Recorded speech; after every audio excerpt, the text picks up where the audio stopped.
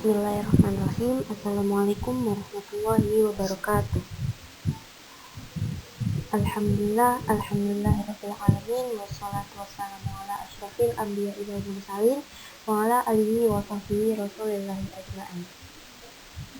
Pertama-tama saya ingin mengucapkan syukur pada Allah SWT atas segala nikmat yang diberikan sehingga pada hari ini kita masih bisa melanjutkan pembelajaran kita terkait mata kuliah ISBD. Sebelumnya saya ingin mengucapkan terima kasih kepada Bapak Rizky Pradana Hidayatullah MSOS selaku dosen pengampu untuk mata kuliah ISBD karena telah memberikan saya beserta anggota kelompok kesempatan untuk memaparkan materi pada pagi hari ini. Oke, untuk materi pada pertemuan kita kali ini, saya beserta anggota kelompok akan membahas terkait keadilan, ketertiban, dan kesejahteraan. Untuk materi pada pertemuan kali ini, saya bagi menjadi beberapa sub pokok bahasan. Yang pertama yaitu pengertian atau makna keadilan, serta pembagian keadilan menurut para ahli dan Plato, pembagian keadilan menurut Aristoteles yang akan disampaikan oleh teman kita Ferisya Espanola. Selanjutnya ada penjelasan tambahan dan kesimpulan yang akan disampaikan oleh Hazmika. Lalu fungsi hukum dalam masyarakat serta tujuan hukum dalam masyarakat yang akan disampaikan oleh Sakti Juli Dwihati. Faktor-faktor masyarakat mematuhi hukum serta ketertiban yang akan disampaikan oleh saya sendiri.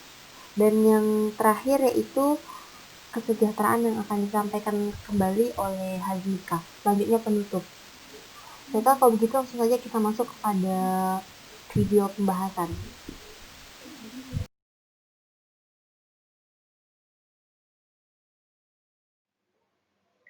Bismillahirrahmanirrahim. Assalamualaikum warahmatullahi wabarakatuh.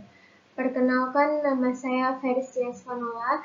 Saya akan menjelaskan tentang pengertian keadilan, pembagian keadilan menurut para ahli dan Plato, dan pembagian keadilan menurut Aristoteles. Pengertian keadilan. Keadilan berasal dari bahasa Arab, adil, yang berarti tengah. Keadilan itu berarti menempatkan sesuatu di tengah-tengah, tidak berat sebelah, atau dengan kata lain, keadilan itu berarti menempatkan sesuatu pada tempatnya. Berikut ini beberapa pendapat mengenai makna keadilan. Menurut KBBI, keadilan berarti sifat perbuatan, perilaku yang adil. Keadilan berarti perilaku atau perbuatan yang di dalam pelaksanaannya itu memberikan kepada pihak lain sesuatu yang semestinya harus diterima oleh pihak lain.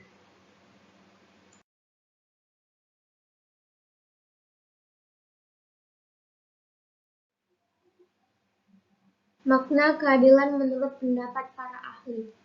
Menurut Wilfridus Josephus Sabarija Purwardaminta, ia mengungkapkan pendapatnya. Keadilan itu berarti tidak berat sebelah, sepatutnya tidak sewenang-wenang. Jadi, dalam pengertian adil termasuk di dalamnya tidak terdapat kesewenang-wenangan. Yang kedua, menurut Franz Magnus Suseno, di dalam bukunya Etika Politik, menyatakan keadilan sebagai suatu keadaan di mana semua orang di dalam situasi yang sama diperlakukan secara sama. Menurut Plato, membedakan keadilan dalam 3 macam. Yang pertama, keadilan distributif.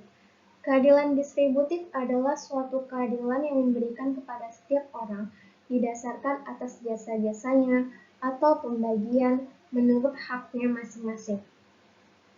Keadilan distributif ini berperan di dalam hubungan antara masyarakat dan perorangan. Yang kedua, keadilan kumulatif. Keadilan kumulatif adalah suatu keadilan yang diterima oleh masing-masing anggota tanpa memperdulikan jasa masing-masing. Keadilan ini didasarkan pada saat transaksi, baik yang sukarela maupun tidak. Keadilan ini terjadi pada lapangan hukum perdata, misalnya dalam perjanjian tukar-menukar. Yang ketiga adalah keadilan legal atau moral. Keadilan legal atau moral adalah keadilan yang mengikuti penyesuaian atau pemberian tempat seseorang di dalam masyarakat sesuai dengan kemampuannya dan dianggap sesuai dengan kemampuan yang bersangkutan.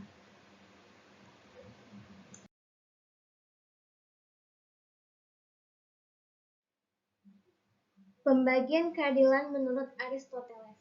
Menurut Aristoteles, keadilan itu dibagi dalam 5 bentuk. Yang pertama adalah keadilan kumulatif.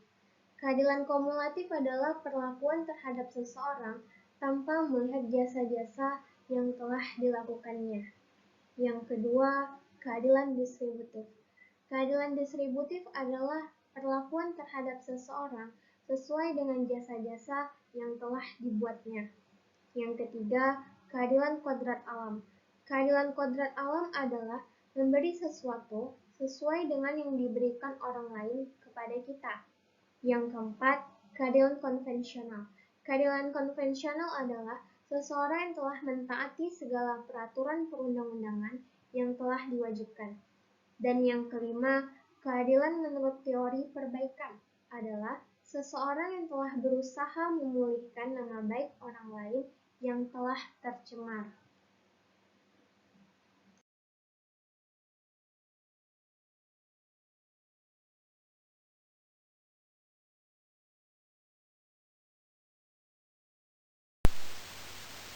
Sesuai pesan yang terkandung dalam Undang-Undang 1945, hendaknya menjadi pedoman dan semangat bagi penyelenggara negara bahwa tugas utama pemerintah adalah menciptakan keadilan.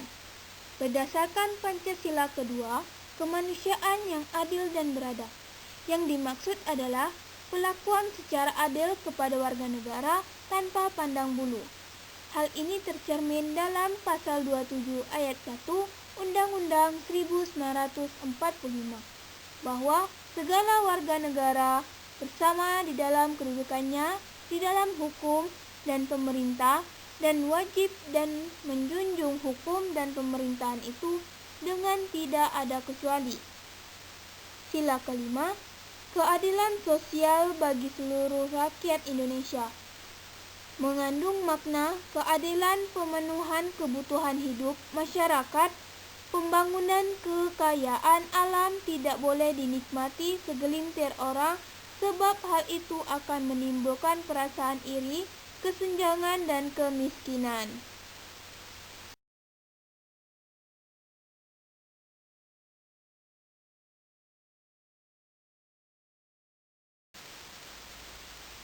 Fungsi hukum dalam masyarakat. Hukum sebagai norma merupakan petunjuk untuk kehidupan. Hukum menunjukkan mana yang baik dan mana yang buruk. Hukum juga memberikan petunjuk apa yang harus diperbuat dan mana tidak boleh diperbuat, sehingga segala sesuatu dapat berjalan dengan tertib dan teratur. Adapun 4 fungsi hukum dalam masyarakat, yaitu yang pertama ialah sebagai alat pengatur tertib hubungan masyarakat. Kesemuanya itu dapat dimungkinkan karena hukum mempunyai sifat mengatur tingkah laku manusia serta mempunyai ciri memerintah dan melarang. Begitu pula hukum mempunyai sifat memaksa agar hukum ditaati oleh anggota masyarakat. Yang kedua adalah hukum sebagai sarana untuk mewujudkan keadilan sosial. Hukum mempunyai ciri memerintah dan melarang. Hukum juga mempunyai sifat memaksa. Hukum mempunyai daya yang mengikat secara psikis dan fisik. Oleh karena itu, hukum mempunyai sifat, ciri, dan daya mengikat tersebut, maka hukum dapat memberikan keadilan, yaitu menentukan siapa yang salah dan siapa yang benar. Hukum dapat menghukum siapa saja yang salah dan berbuat salah. Hukum dapat memaksa agar peraturan ditaati dan siapa yang melanggar peraturan akan diberikan sanksi hukuman. Contohnya, siapa yang berhutang harus membayar. Berikut adalah perwujudan dari keadilan. Yang ketiga adalah hukum sebagai penggerak pembangunan. Daya mengikat dan memaksa dari hukum dapat digunakan atau didayagunakan untuk menggerakkan pembangunan. Hukum dijadikan alat untuk membawa masyarakat ke arah yang lebih maju dan sejahtera. Kemudian yang keempat, fungsi kritis hukum. Dewasa ini sering berkembang suatu pandangan bahwa hukum itu mempunyai fungsi kritis, yaitu daya kerja hukum tidak semata-mata melakukan pengawasan pada aparatur pengawas petugas saja, tetapi aparatur penegak hukum pun juga termasuk di dalamnya.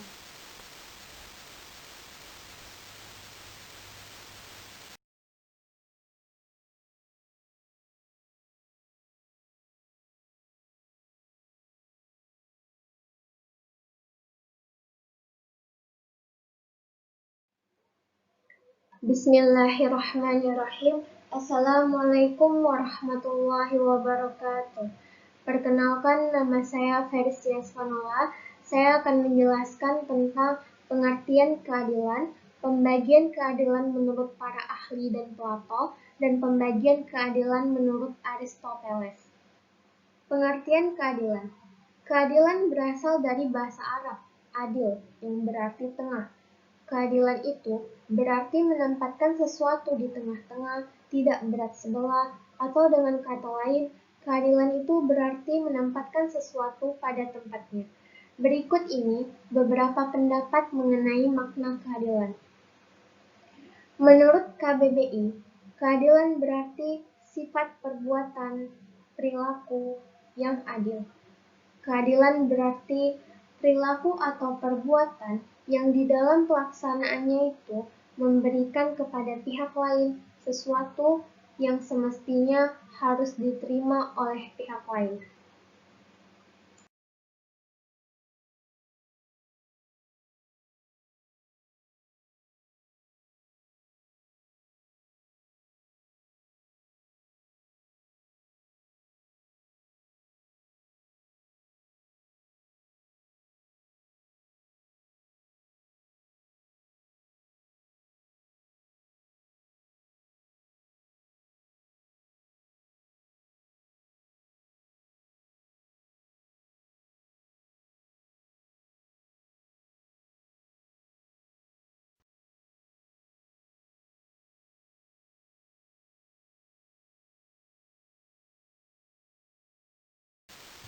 Bismillahirrahmanirrahim. Assalamualaikum warahmatullahi wabarakatuh.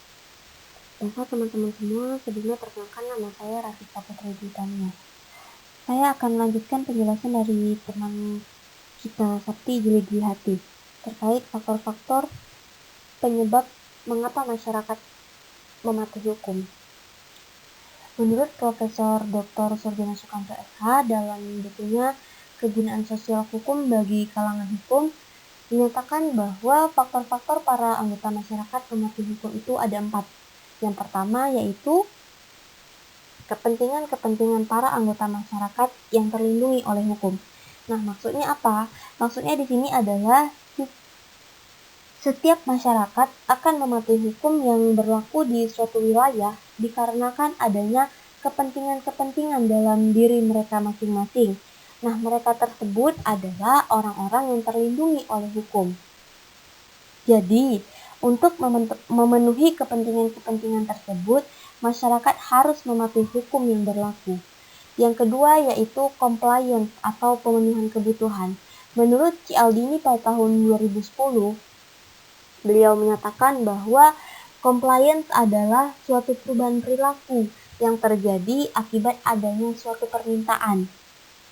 Compliance terjadi ketika suatu individu melakukan suatu permintaan yang diberikan seseorang untuk berharap akan menerima reaksi positif atau reaksi balik dari individu lain atau kelompok lainnya. Jadi, masyarakat akan patuh pada hukum karena didasarkan pada suatu harapan akan suatu imbalan atau sebagai usaha untuk menghindarkan dirinya dari sanksi yang dijatuhkan atau hukuman yang diberikan kepada pihak-pihak atau masyarakat yang melanggar hukum. Yang ketiga yaitu identifikasi. Maksud dari identifikasi adalah pematuhan terhadap kaidah hukum itu bukanlah merupakan nilai yang sesungguhnya dari kaidah tersebut, melainkan karena adanya keinginan untuk memelihara hubungan yang sebaik-baiknya dengan para anggota masyarakat lainnya yang sekelompok ataupun segolongan dengan para pemimpin kelompok atau pejabat hukum. Yang terakhir yaitu internalisasi. Menurut Puspitasari pada tahun 2014, internalisasi adalah suatu penanaman perilaku, sikap, dan nilai seseorang yang ia dapatkan dalam proses pembinaan, belajar, ataupun bimbingan. Internalisasi dalam bahasa Inggris disebut juga dengan internalization, yaitu proses pembelajaran panjang yang dilalui oleh manusia dari masa lahirnya hingga dia meninggal dunia.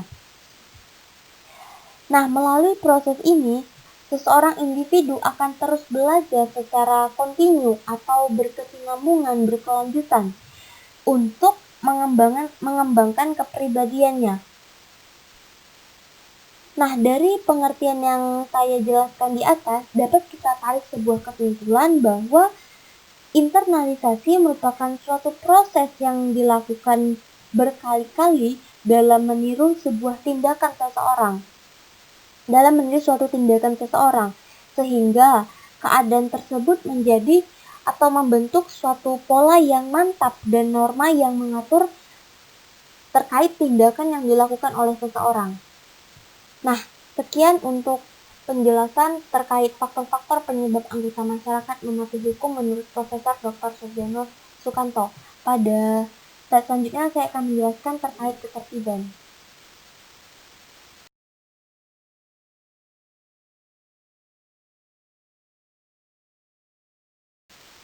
Baiklah teman-teman semua, kita akan lanjutkan pembahasan kita. Sekarang saya akan menjelaskan terkait tentang ketertiban.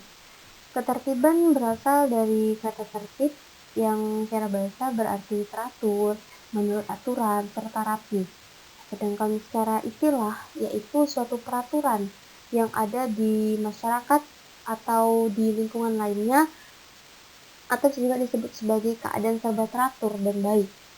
Menurut Muhtar Kusumaatmadja, beliau menyatakan bahwa ketertiban adalah tujuan pokok dan pertama dari segala hukum. Kebutuhan terhadap ketertiban ini merupakan syarat pokok atau fundamental bagi adanya suatu masyarakat yang teratur. Ketertiban sebagai tujuan hukum merupakan suatu fakta objektif yang berlaku bagi segala masyarakat dalam segala bentuknya. Untuk mencapai ketertiban ini diperlukan adanya kepastian dalam pergaulan antar manusia dalam masyarakat. Dari pengertian tersebut dapat kita simpulkan bahwa ketertiban adalah suatu keadaan yang mengacu pada keteraturan, keselarasan, dan kesesuaian yang ada pada suatu wilayah. Maksudnya adalah kita sebagai makhluk sosial tidak akan pernah terlepas dari yang namanya interaksi sosial atau hubungan antara makhluk lainnya di sekitar kita. Kita saling membutuhkan antar manusia yang satu dan manusia yang lainnya. Nah, dengan adanya interaksi atau hubungan antar sesama tersebut, maka diperlukan akan adanya keteraturan, ketertiban dalam hidup bermasyarakat, sehingga individu-individu tersebut dapat berhubungan secara baik dengan individu lainnya di lingkungan sekitar mereka. Oleh karena itu, diperlukan aturan yang disebut sebagai hukum. Hukum diciptakan dengan tujuan yang berbeda-beda. Ada yang menyatakan bahwa tujuan hukum itu sebagai keadilan. Ada juga yang mengatakan sebagai kegunaan dan juga sebagai kepastian hukum. Nah, jadi seperti itu. Mungkin sekian materi tentang penjelasan terkait ketertiban yang bisa saya paparkan kepada teman-teman semua. Untuk selanjutnya akan dijelaskan oleh teman kita Haji Isa Rizky Ersianti terkait tentang kesejahteraan.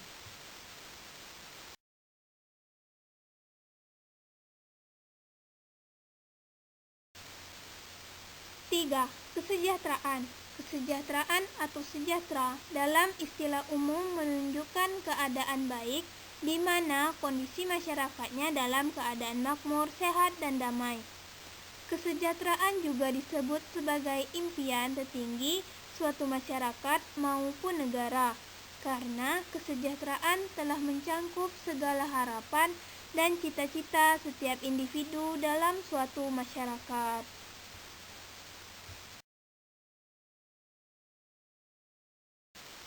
Baiklah teman-teman, mungkin sekiranya hanya itu saja materi yang dapat kami sampaikan pada pertemuan kali ini. Semoga apa yang kami sampaikan dapat dipahami secara baik oleh teman-teman semua dan bermanfaat bagi kita semua. Saya akhiri dengan wabillahi taufiq wal hidayah. Wassalamualaikum warahmatullahi wabarakatuh.